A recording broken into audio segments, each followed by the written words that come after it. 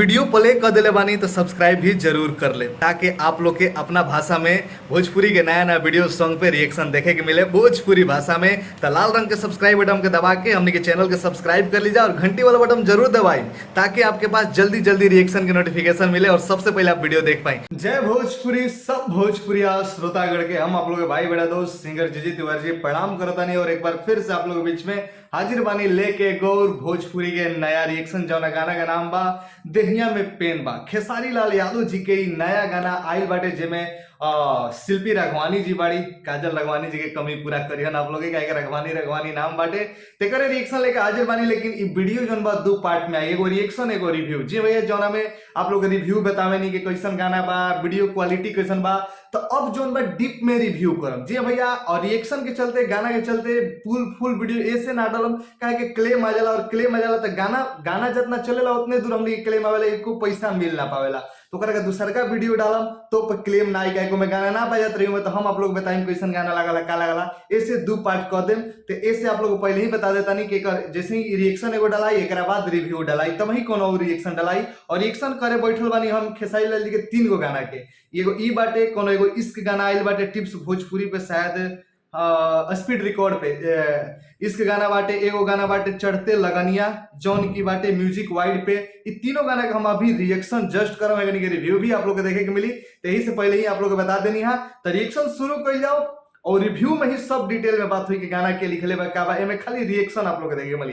मतलब गाना देखे में हमारा रिएक्शन कैसन दे रहल बानी, कितना मजेदार लाग रहल बा, कितना गाना जौन बा हमरा के एंजॉय करा रहल बाटे, ई सब आप लोग देखे के मिली। और रिव्यू पार्ट चल जाई दूसर का वीडियो एक रिलीज हुई आप लोग जरूर देखम, जो करो देखम जा शेयर करम जा ताकि भाई के प्यार आशीर्वाद और सपोर्ट बनाई जा। और ई चाहता नहीं आप लोग से कि हमारे गाना भी प्यार सुनम जाए। वो गाना आइल बाटे जूम भोजपुरी पे जौन के ऑडियो आप लोग सुनले रही जा, बड़ा प्यार आशीर्वाद दिले रही जा। 5000 व्यू हमरा खातिर बहुत बड़ होला, बस चाहत नहीं कि वीडियो का आप लोग 10,000 20,000 1 लाख दे दीजा। जौन गाना का नाम बाटे करे द प्यार ना तब ब्रेकअप करब, जूम भोजपुरी बाटे, नीचे डिस्क्रिप्शन में लिंक बाटे। और ये वीडियो रिलीज एक बाद 15 तारीख को हमारा ऑफिशियल चैनल पे वो गाना रिलीज होता है आरा जिला में करना लीला जौन की ऑर्केस्ट्रा गाना में जरूर सुना जा। चलिए रिएक्शन शुरू कर जाओ। आदि शक्ति पे गाना आइल बाटे, कपड़ा ब्लैक कलर अच्छा लगा था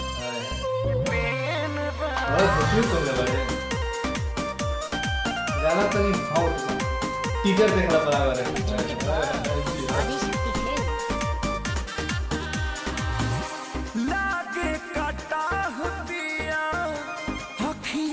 सब गजब होला खेसारी जी के गाना में कट्टा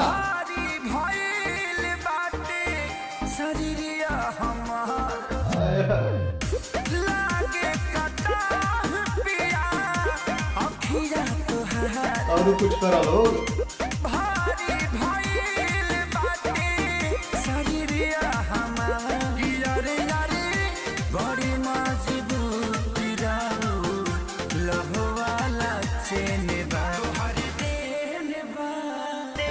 जब लाइनिंग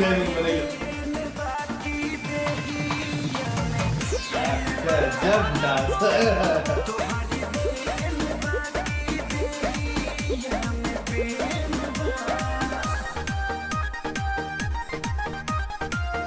लुक बेटर आता वीडियो शुरू से ही दिल देता। अरे खेसारी के एक्सप्रेशन देखम जा गजब कमाल, हां गजब लुक लागल बा, डायरेक्शन जबरदस्त बा। डायरेक्टर साहब का नाम पड़ेगा मन करता है सब देख के, जब क्रिएटिविटी कइले बारे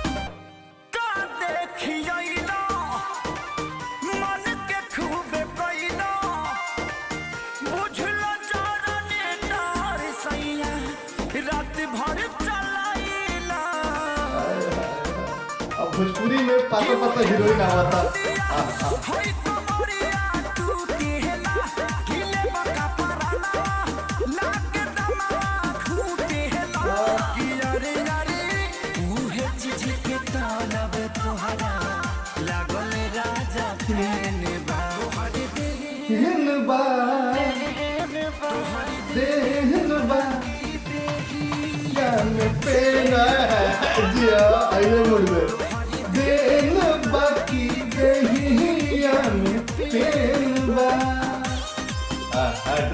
सैल्यूट बा, मजा आ गई मेरे देख ऑडियो कैसे है दिल के छू जाता है, दिल का मिजाजे हिला देता।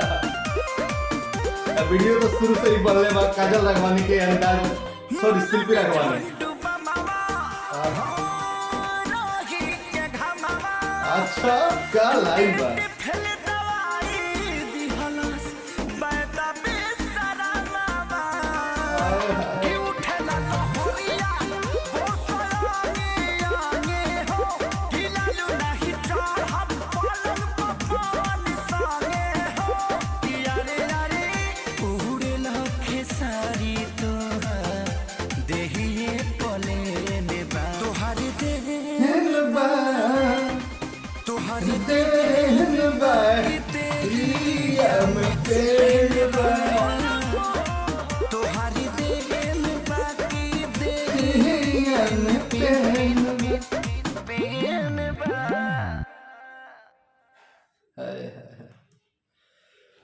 तो ई हटे रिएक्शन।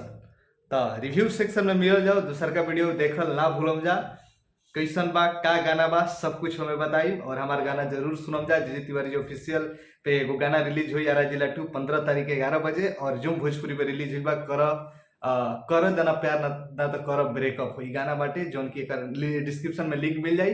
तो मिल जाओ रिव्यू में, आप रिव्यू में टिप में बताओ तनी कहबे कहीं बहुत कुछ है जबरदस्त देखे के मिलल बा सब कुछ। कितना है रेटिंग, अब रेटिंग भी आपके लिए रिव्यू में चाहता नहीं कि अगला में आप लोग फिक्स जौन ओरिजिनल बा, जौन सच्चाई बा, जौन हमारे लागी हमार देखिए हमरे के देखे आप लोग आवत जा, जौन हमारे लागी कोई चीज बेटर बा खराब बा सब बताई रिव्यू में मिल जाओ। तो चलिए जय भोजपुरी एकता बना कर।